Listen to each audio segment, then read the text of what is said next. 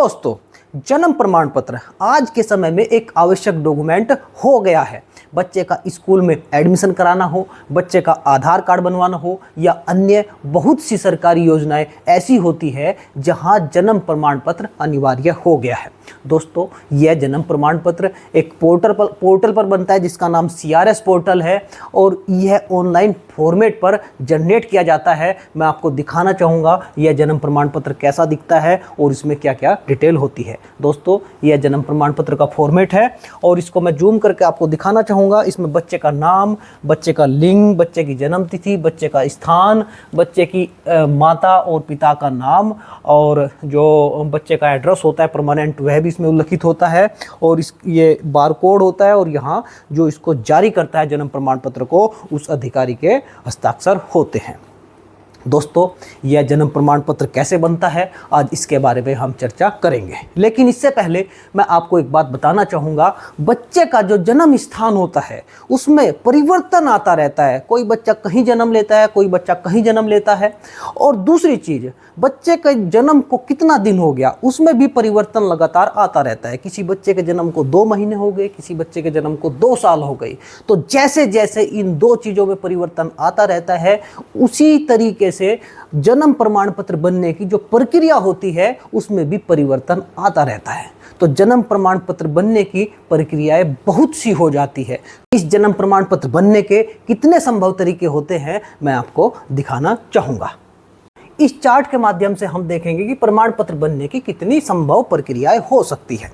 दोस्तों, बच्चा 3 संभव जगह है जहां जन्म ले सकता है। या तो बच्चा घर पर जन्म लेगा, या अस्पताल में जन्म लेगा, या रेल यात्रा के दौरान या हवाई यात्रा के दौरान जन्म लेगा, या जेल में या अन्य किसी स्थान पर बच्चा जन्म ले सकता है। तीनों ही बार में अलग अलग प्रमाण पत्र बनने की प्रक्रियाएं हो जाएगी। तो सबसे पहले हम बात करते हैं बच्चे ने घर पर जन्म लिया।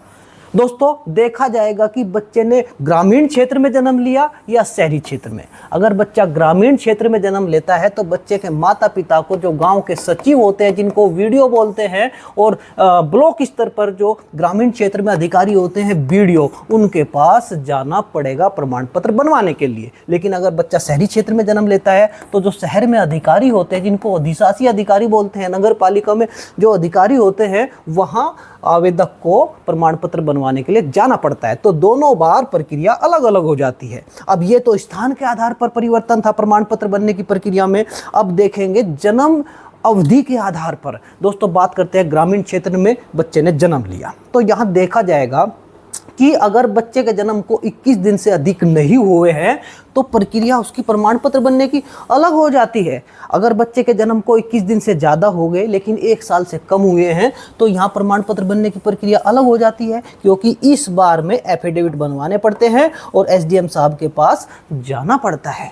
फिर तीसरी बार अगर बच्चे के जन्म को 1 साल से ज़्यादा हो जाते हैं तो यहाँ SDM साहब के पास जाना पड़ेगा, एफिडेविट भी लगेंगे और इस बार एक बार कोड की रिपोर्ट भी लगाई जाती है। तो दोस्तों, यहाँ दिनों के आधार पर परिवर्तन आ जाता है प्रमाण पत्र बनने में, उसकी जो प्रक्रिया होती है। अब बात करते हैं शहरी क्षेत्र में। दोस्तों, यहाँ भी यह 3 नियम लागू होते हैं। अब अस्पताल में बात करते हैं। दोस्तों, बच्चे ने अस्पताल में जन्म लिया तो देखा जाएगा कि अस्पताल ग्रामीण क्षेत्र में है या शहरी क्षेत्र में। ग्रामीण क्षेत्र में दोस्तों प्राथमिक स्वास्थ्य केंद्र होते हैं जिसको PHC बोलते हैं। अगर बच्चा PHC में जन्म लेता है तो वहाँ जो PHC होते हैं वह अब खुद ही जो CRS पोर्टल होता है उस पर जनरेट करके प्रमाण पत्र बच्चे के माता पिता को दे देते हैं। कभी कभार ऐसी स्थिति होती है कि प्रमाण पत्र वो खुद नहीं दे पाते तो फिर चूँकि ग्रामीण क्षेत्र का अस्पताल है वह कुछ डॉक्यूमेंट देते हैं। जो माँ का रिलीविंग सर्टिफिकेट होता है, वहाँ से जब बच्चे की माँ को रिलीव किया जाता है तो जो उनके डॉक्यूमेंट होते हैं उसमें बच्चे की डिटेल भर देते हैं और बच्चे के माता पिता को वह डिटेल दे देते हैं। और फिर बच्चे के माता पिता को, चूँकि ग्रामीण क्षेत्र की बात है तो जो गाँव के सचिव होते हैं उनके पास आना पड़ता है और फिर उस स्तर पर वहाँ उनका प्रमाण पत्र बन जाता है। यहाँ भी दोस्तों ये नियम लागू होते हैं। अब बात करते हैं शहरी क्षेत्र में। बच्चे ने शहरी क्षेत्र के अस्पताल में जन्म लिया और शहरी क्षेत्र में हमारे अस्पताल होते हैं CHC, जिनको सामुदायिक स्वास्थ्य केंद्र बोलते हैं, और डिस्ट्रिक्ट हॉस्पिटल होते हैं, और कुछ दोस्तों प्राइवेट अस्पताल भी हो सकते हैं। प्राइवेट अस्पताल अधिकतर शहरी क्षेत्रों में होते हैं। दोस्तों यहाँ अधिकतर जो हमारे CHC और डिस्ट्रिक्ट हॉस्पिटल है जन्म प्रमाण पत्र खुद ही निर्गत करके दे देते हैं, लेकिन अगर बाई चांस किसी स्थिति में नहीं दे पाते तो फिर यह बच्चे के माता पिता को जो रिलीविंग सर्टिफिकेट होता है बच्चे की माँ का, और उसमें जो बच्चे की डिटेल होती है वो डॉक्यूमेंट दे देते हैं, और फिर जो शहरी क्षेत्र के EO होते हैं वह प्रमाण पत्र निर्गत कर देते हैं। और दोस्तों इसमें एक चीज़ और, जो प्राइवेट क्षेत्र के अस्पताल होते हैं वह भी EO के माध्यम से जन्म प्रमाण पत्र बनवाने की प्रक्रिया में आते हैं। तो इस तरीके से यहाँ प्रमाण पत्र बनने की बहुत सी प्रक्रियाएं हो जाती हैं। अब बात करते हैं यात्रा के दौरान। दोस्तों अगर बच्चे ने रेल में जन्म लिया तो जो रेलवे अथॉरिटी होती है वह जन्म प्रमाण पत्र बनने के लिए उत्तरदायी हो जाती है। इस तरीके से अगर बच्चे ने जेल में जन्म लिया तो वहाँ जो जेल के सुप्रिटेंडेंट होते हैं वह उसके लिए जिम्मेदार हो जाते हैं, और अन्य माध्यमों में भी अन्य प्रक्रियाएं लागू होती है। दोस्तों यहाँ ये एक रेयर मामला है, इसके ऊपर हम ज़्यादा फोकस नहीं करेंगे। हम घर पर बच्चा जन्म लेता है, अस्पताल में जन्म लेता है, इन दो के ऊपर विशेष तौर से चर्चा करेंगे। तो इस तरीके से 1, 2, 3, 6 और 12 तरीके दोस्तों हो जाते हैं प्रमाण पत्र बनने के। तो इस तरीके से बहुत सी प्रक्रियाएं हैं जिसके आधार पर जन्म प्रमाण पत्र बनता है, और एक वीडियो के अंदर सभी प्रक्रियाओं के बारे में चर्चा करना संभव नहीं है। दोस्तों अभी तक की वीडियो में हम 3 प्रकार के ऊपर चर्चा कर चुके हैं। आज की जो वीडियो है हम आज चर्चा करेंगे, बच्चे ने घर पर जन्म लिया, शहरी क्षेत्र में जन्म लिया, जो घर है वह शहरी क्षेत्र में है, और बच्चे के जन्म को अभी 21 दिन से ज़्यादा नहीं हुए हैं। तो इसके ऊपर हम चर्चा करेंगे, ऐसे बच्चों का जन्म प्रमाण पत्र हम कैसे बनाएंगे। आइए दोस्तों बात करते हैं। दोस्तों इसमें आवश्यक डॉक्यूमेंट क्या क्या होंगे। नंबर 1, माता व पिता दोनों का आधार कार्ड इसमें चाहिएगा। नंबर 2, टीकाकरण कार्ड। दोस्तों जब बच्चा जन्म लेता है तब उसका एक कार्ड बनाया जाता है जिसमें बच्चे की तमाम तरीके की डिटेल होती है। इसको हम टीकाकरण कार्ड बोलते हैं। यह कैसा दिखता है आप देख सकते हैं, हम इसको जूम करके देखेंगे। दोस्तों इसमें बच्चे की माँ का नाम, पिता का नाम, माँ का मोबाइल नंबर, और फिर आगे इसमें जन्म का विवरण, बच्चे का नाम, जन्म तिथि, लड़का लड़की है, और इसमें एनम का नाम। इस तरीके से यह ऐसा हमारा टीकाकरण कार्ड होता है। दोस्तों वैसे तो 90% मामले ऐसे होते हैं कि टीकाकरण कार्ड बच्चों का होता है, लेकिन कभी कभी अगर टीकाकरण कार्ड नहीं होता तो आशा ANM अथवा GNM से प्रमाणित लिखित साक्ष्य। इसका मतलब क्या होता है दोस्तों, जहाँ बच्चे ने जन्म लिया वहाँ संबंधित जो क्षेत्र होता है वहाँ आशा होती है, आशा के ऊपर जो अधिकारी हैं वह ANM होती है, उससे ऊपर GNM होती है। दोस्तों जब बच्चे का जन्म होता है तो आशा, ANM तथा GNM अपना एक रजिस्टर रखती है जिसमें बच्चे की जन्म की डिटेल भरती है, बच्चे का विवरण उसमें होता है। तो इस तरीके से वह एक रिकॉर्ड मेंटेन करके रखती है। तो बच्चे के माता पिता इन अधिकारियों के पास जा सकते हैं और वहाँ से एक प्रमाण पत्र ले सकते हैं, उनसे लिखित में एक साक्ष्य ले सकते हैं। वह अपने लेटर पैड या सादे पेपर पर लिख कर दे देगी कि बच्चे ने ऐसे ऐसे इस प्रकार से जन्म लिया है, उसको प्रमाणित कर देगी। तो वह भी एक लिखित साक्ष्य होता है और टीकाकरण कार्ड के तरह वह माना जाता है। अब दोस्तों बात करते हैं नंबर 3, सभासद की लेटर पैड। दोस्तों जैसा कि आप जानते हैं जो नगर होते हैं, नगर पालिका होती है, वहाँ सभासद होते हैं। जो वार्ड मेंबर होते हैं, वार्ड से जो प्रत्याशी चयनित होते हैं उनको हम सभासद बोलते हैं, वार्ड मेंबर उनको बोला जाता है। तो उन सभासद की लेटर पैड भी आवश्यक होगी, क्योंकि जो हमारा टीकाकरण कार्ड होता है वह जन्म की तिथि को प्रमाणित करता है, और सभासद की लेटर पैड बच्चे का जो जन्म स्थान है उसको प्रमाणित करेगी। यह लेटर पैड कैसा होता है आप देख सकते हैं इस तरीके से। यह एक उदाहरण के रूप में मनोज कुमार सभासद वार्ड संख्या, और ये स्थान है, और लेटर पैड पर सभासद इस तरीके से लिखते हैं। आप इसको चाहे तो देख सकते हैं। प्रमाणित किया जाता है कि फला फला पुत्र ने वहाँ का निवासी है और जन्म घर पर लिया। तो इस तरीके से बच्चे को उज्जवल भविष्य की कामना करते हैं। इस तरीके से सभासद अपने लेटर पैड पर लिखते हैं। हालांकि दूसरी भाषा भी हो सकती है, ये तो एक उदाहरण के तौर पर मैं आपको बताया, और नीचे सभासद की इसमें मोहर लगी होती है। तो इस तरीके से 3 डॉक्यूमेंट आपको तैयार करने होंगे। तो अब 3 डॉक्यूमेंट आपके तैयार हो गए। अब जन्म प्रमाण पत्र कैसे बनेगा, इसके 2 तरीके हैं। Number 1 offline, number 2 online. हम ऑफलाइन तरीके के बारे में बात करते हैं। दोस्तों शहरी क्षेत्र में अधिशासी अधिकारी जिनको ईओ बोलते हैं, उनका कार्यालय होता है। 3 डॉक्यूमेंट लेकर आपको वहाँ जाना होगा। वहाँ आपको एक इस तरीके का फॉर्मेट मिलेगा, प्रपत्र संख्या 1। इसमें यह एक जन्म प्रमाण पत्र भरने के लिए वहाँ एक प्रारूप तैयार होता है, इस तरीके का आपको मिलेगा। इसको हम जूम करके देख सकते हैं दोस्तों।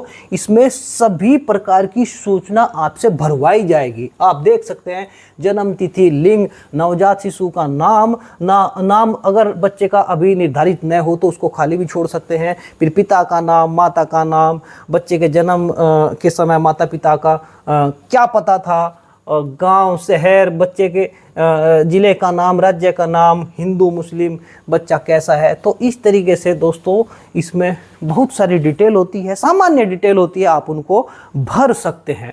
और इसमें ईमेल आईडी वगैरह का भी पूछा गया है और यहाँ तक ये भरा जाता है। और जो आवेदक होता है, यहाँ आवेदक के हस्ताक्षर या थंब इम्प्रेशन लगता है। इस तरीके से दोस्तों यह सारा प्रपत्र भरना होता है और वहाँ जो 3 डॉक्यूमेंट है उनके साथ यह जमा करा देना होता है। कुछ दिन बाद दोस्तों जांच करेंगे। नगर पालिका के जो अधिकारी होते हैं, उनके जो फील्ड कर्मचारी होते हैं, वह जो आपने सूचनाएं वहाँ जमा कराई है उसकी जांच की जाएगी। और अगर सूचनाएं सभी सही पाई जाती है तो जन्म प्रमाण पत्र ऑनलाइन फॉर्मेट पर निर्गत करके आपको दे दिया जाएगा। दोस्तों दूसरे तरीके पर हम बात करते हैं, ऑनलाइन तरीका। इसके लिए आप अपने तीनों डॉक्यूमेंट तैयार करा लीजिए, फिर अपने ही एंड्रॉयड फ़ोन से जन सेवा केंद्र पर आप जा सकते हैं। इस तरीके से साइट सर्च करेंगे आप, इसको इस तरीके से लिख देंगे CRS.org.government.login। फिर दोस्तों नीचे आएंगे, यह जो साइट है इस पर क्लिक करेंगे, इस वाली पर दोस्तों। और फिर यहाँ साइड में जो तीर का निशान है इस पर क्लिक करेंगे और फिर यहाँ जनरल पब्लिक और ये नीचे इस तरीके से खुलकर आ जाएगा। जनरल पब्लिक पर क्लिक करेंगे और फिर ये ऐसे आपका फॉर्म खुलकर आ जाता है। और यह है first, second, third, fourth, 5 step का ये फॉर्म होता है। इसमें जो जानकारी मैंने आपको पहले बताई वह सभी जानकारी इसमें भरी जाती है और जो आपके 3 डॉक्यूमेंट है वह भी इसमें अपलोड दोस्तों किए जाएंगे। और वह आप अपलोड कर देंगे।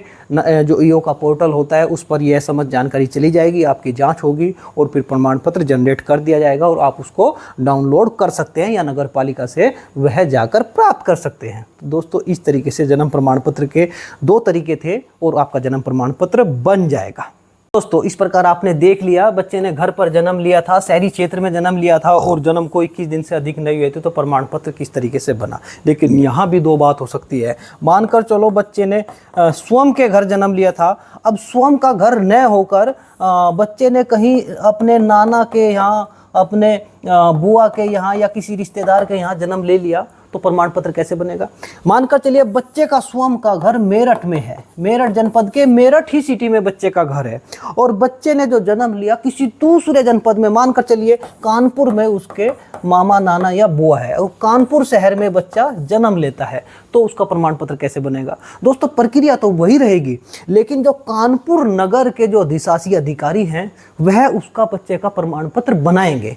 बच्चा भले ही दूसरे जनपद का हो, लेकिन कानपुर के जो अधिकारी है वह उसका प्रमाण पत्र निर्गत करेंगे।